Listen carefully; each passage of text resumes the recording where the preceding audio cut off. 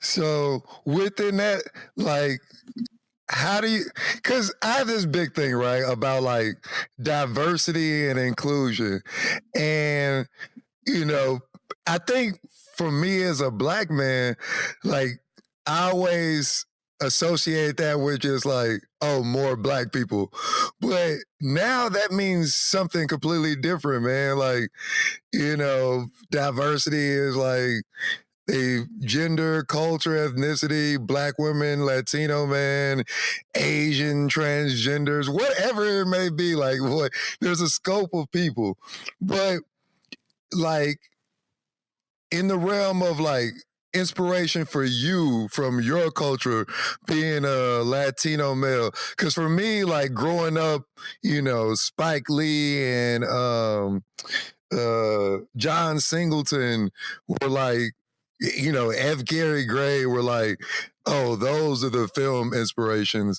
Like, in the Latino film world, who is that for you? Or do you even like make that identification of like, oh, that's where I want to be as a Latino filmmaker?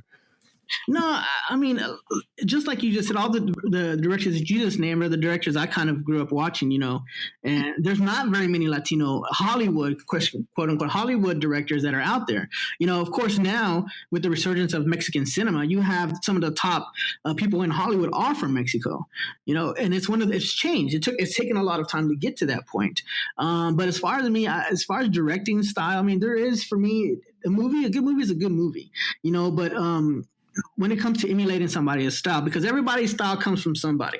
I mean, that's something that we all reference. We reference those old films. We reference those old directors. We reference something that we take a little bit of that, a little bit of this, and kind of make it our own, But as far as me as an independent filmmaker and myself, me as a person, being on both sides, because I also run a Latino film festival. So being on both sides, the exclusion, not necessarily the exclusion, but the lack of storytelling when it comes to being a Latino, being in film festivals where my film is the only Latino film in the bunch, or anything that I could relate to, anybody that's in the audience could relate to as far as being Latino, and to me, that was a lack of a representation, because, when I go outside, I see white people, I see black people, and I see a lot of Hispanics. I mean, you cannot go anywhere without seeing Hispanics. So I'm like, why are the stories not being told? Why are the stories not being told? We are like a major part of today's society. Listen, man, I live in Minnesota right now, so there's a lot of white people. But I grew up in Texas. I lived in San Antonio for a while, and yeah. Yo, for real. So I always shout out my Mexican homies, but so you get right into what I was going to get into next, as far as like Latino representation in film and TV today. Because like, I think for me, as far as like Black film and TV, I keep seeing everybody talk about like, the new Black renaissance. You have like Atlanta, you have Insecure, Girls Trip did really good. Black Panther did really good. So now you're seeing more Black directors and, on-camera talent. Do you feel like that you're seeing that for Latino representation also? Not in Hollywood. For sure not in Hollywood. There are maybe a handful of Guillermo del Toro and Iñárritu that are top directors right now in Hollywood. But in Hollywood, you can flip on a TV and there's probably, one or two Hollywood style, either sitcoms or films that are Latino based. And this is why, like, in my Latino film festival, this is why I did it, because I'm able to give a voice to some amazing films that come out of all of Latin America. They don't have that presence here. And the level of that they're shooting these films are above and beyond what a lot of Hollywood films are being shot, So there is a lack of that, and I don't know how we're going to change that. But I think that they need to wake up, because we're a major powerhouse when it comes to spending money on entertainment. I think the Latinos are one of the highest rated minorities to go watch films, which is weird because a lot of us don't speak English, but we watch films. So we are a huge box office influence. I mean, major box office influence. It's funny. I've heard Mexicans say they learn English through like movies, TV, and rap music. Exactly. So the majority is there. The viewers are there, and we're not catering to those people, and that's a huge market that people are missing out on. Huge market, and that's something that I'm trying to influence, and that's something I'm really trying to get out into the forefront to say, hey, don't forget these people that are all around you. Number one, and always remember that these guys are spending money like everybody else is. Oh yeah, man. Like everybody has the same story, man. Like it's funny because you were talking about your upbringing in Wichita Falls and like being raised by your grandmother, and like, man, I was the same shit in Waco, Texas. I was raised by my grandmother. I think we have, like, a lot of us have similar stories, and we're not, they're not exclusive to one culture. No, they're not. You know what I mean? So, but I think brown and black have a lot more in common than the outsiders think. And I think we both have a lot of struggles. We both go through a lot of things. And from the outside looking in, I'm not being like discrimination or anything, but I think that Latinos and blacks, we all live in this bubble, sometimes even living across the street from each other, and we all go through the same struggles. We all do, and we have to be represented, man. I mean, and it's something that's there's a lack of that. There really is. Yeah, man. I was gonna say, because like even on the festival circuit, like I was able to maneuver through a lot of festivals, but like mostly they were black film festivals, urban film festivals, like the more like, even the more like smaller, like more, mainstream festivals, they wasn't fucking with me. But like, what? Because it's an urban story, and then it cannot relate, Terry, and that's why not even like my film She's a Sign will not get into a lot of festivals, because the stuff that they say and the characters in my film, what they say and what the actual content is about, is not relatable to a lot of people. It really isn't, and it takes a certain group of people to understand what they're saying and what the actual content is, but that's who our target audience is. We're not trying to discriminate anybody else, but that's who we're doing these films for. I think it boils down to like industry and like the bottom dollar, right? Like it has to prove to make money. Cause like even now, I wouldn't say Black Renaissance, because we've just proven that Black people are gonna buy Black films, right? You know what I mean? Like we have the spending power of a small country. But so now they're producing more Black, projects. But you look at, Crazy Rich Asians, right? Came out, did a huge box office. One of the biggest all Asian cast since Joy Luck Club or some shit like that.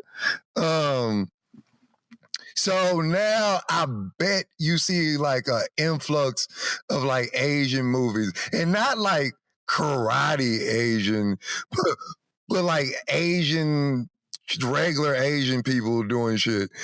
And I think like we're one breakout Latino film away from us seeing like, a Latino.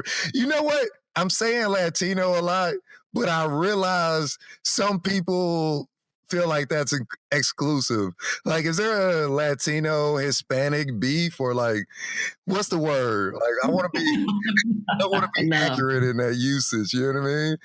No, man, it's Latino, Hispanic. I mean, Hispanic is overall everything. It's just which includes like Brazil, because they're considered Hispanic as well, because it's just the language, the language, but they're all considered Latin America, but. You're right, Terry. I mean, it's one of those things that I don't know if what was the name of that film you just said? Crazy Rich Asians. Yeah, Crazy Rich. I don't know if that was a marketing ploy, because they knew their target audience and they really hit it well. And it's one of those things. They might have that winner for right now, but I mean, think about that film versus all the other films that are out right now. Yeah. What percentage of that film is that overall? Oh yeah, no, most definitely. It's a very small percentage of like just those like, opportunities for diversity. And it's funny, man, because like, first of all, respect for, seeing a gap in the market and being like, yo, this needs to be filled. Because for me, it's like I said, it's a whole circuit of like urban and Black films. Is there like a festival market for strictly that? Like just strictly like, Hispanic film festivals?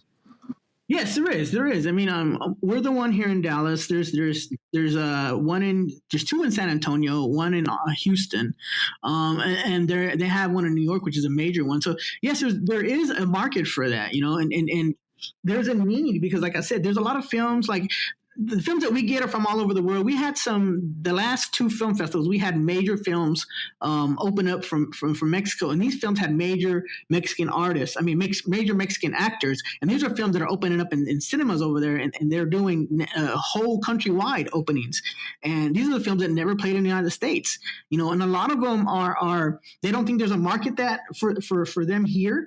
And to have those outlets like a Latino Film Festival where you're able to screen these films shows you that, Hollywood is denying the Latino, but there is a whole other world of films being made out there that are even better quality than some of these Hollywood films, and it's for me, it's able to bring films like that over here to show these people like, look, look at these films, look at these artists, look at these actors. I mean, this is some top quality stuff, even though we're not represented in other festivals, there's either Latino Day or Latino, whatever. It's not like, sectioned off where it's just like Latino films, and I'm fine with that. I mean, they have their criteria, what they want to show.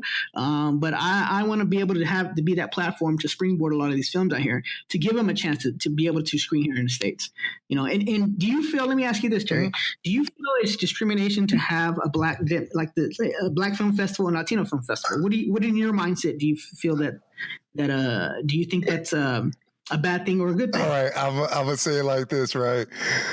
I joked about this before, but the only time it is okay to be racist, sexist, ageist, all these things, and be like legitimized and discriminating is the film industry. Because if you think about a casting session, you're looking for a particular type of person. And I don't give a fuck how good Shelly acts.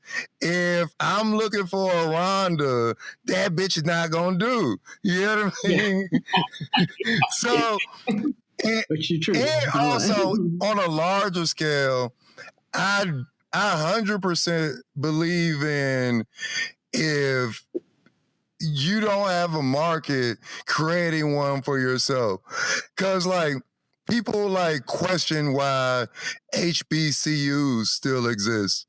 But like they were created for a reason. They're falling off because of lack of funding. And that's our fault. Like, cause we don't like donate back to those. But no, it's not discriminatory to create like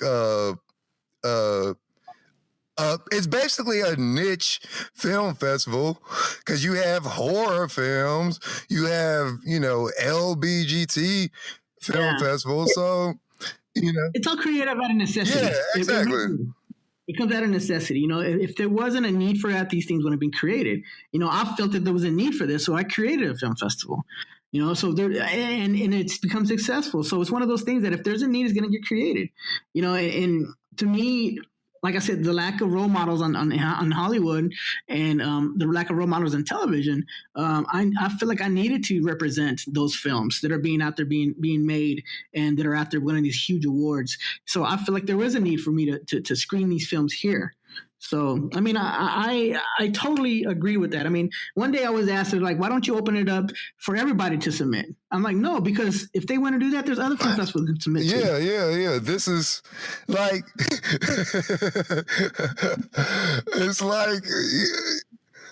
it's like white people going to an HBCU. Like, okay, you can, but like, why? You got so much other shit.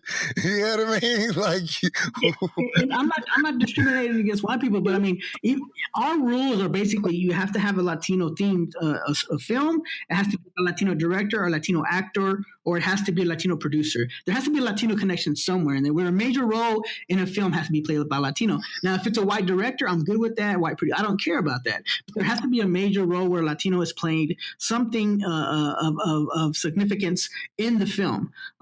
So that's our rule. So we're not necessarily discriminating anybody. We're just saying that it needs to be more Latino oriented stuff, so that way our target audience that we are targeting understands the stories that are being told. Yes, and I 100% agree with that, right? And which leads me to a bigger question, right? Mm-hmm. So I'm glad you brought that up, because I want to ask you, like, who do you feel like other races or cultures should be allowed to tell your stories? For instance, right? You know Josh Gallus, good friend of mine, whitest guy I know. You know what I mean? And which we talk about discrimination. I joked about starting this podcast, and it's for colored men only. So sorry, Josh. But I know my target audience, right? But within that, right? So me and him are working on a script together, right? And we're working on a title, but basically the story is about this African American born in America. His parents break up, but he's predominantly raised by his African grandfather, who dies, and the story proceeds with the guy goes back to Africa and trying to spread his grandfather's ashes as his dying wish, right?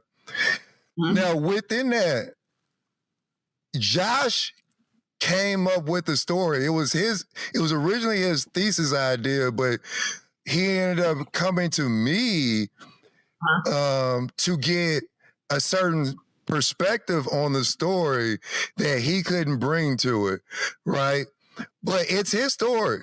But he's directing it, we're co-writing it, and I'm going to star in it, right? So it is a black film, I guess. It's Africa. But you get these labels, right? Like, who's okay to make a black film? Because I think Detroit was actually directed by a white woman, right? There's a lot of films out there, amazing films that I didn't know were directed, other than the culture that actually was representing. Some of my favorite documentaries on Netflix were not done by Hispanics; they were done by white people. Even some of my favorite films, Blood In, Blood Out, was done by Terry Hackford. So it was one of those movies that wasn't done by a Latino, But I feel like if the culture is represented in the right way, and if it's not being disrespectful, and if you are telling a story with, I gotta say, like you said, you have to have somebody who understands the culture, because I'm not gonna sit there, like when I did my film, I didn't know the culture of West Dallas, so I didn't act like I did. You know what I'm saying? So I brought people on who lived that culture. I didn't tell them how to speak or anything. So I let that happen naturally. I wasn't telling a fake story, which I consider to be a fake story if I was coming out of my mouth. So I had to make sure that the I's were dotted and the T's were crossed, and make sure everything was being truthful to what it is. And I have no issues with somebody telling a Latino story if it's being told right in a respectful way, and if he's got the green light, just to say it, get the green light from somebody, and he has his facts right, and he has his things right. I mean, there's a good story is a good story, and I see it that way. Yeah, for sure. Fair enough.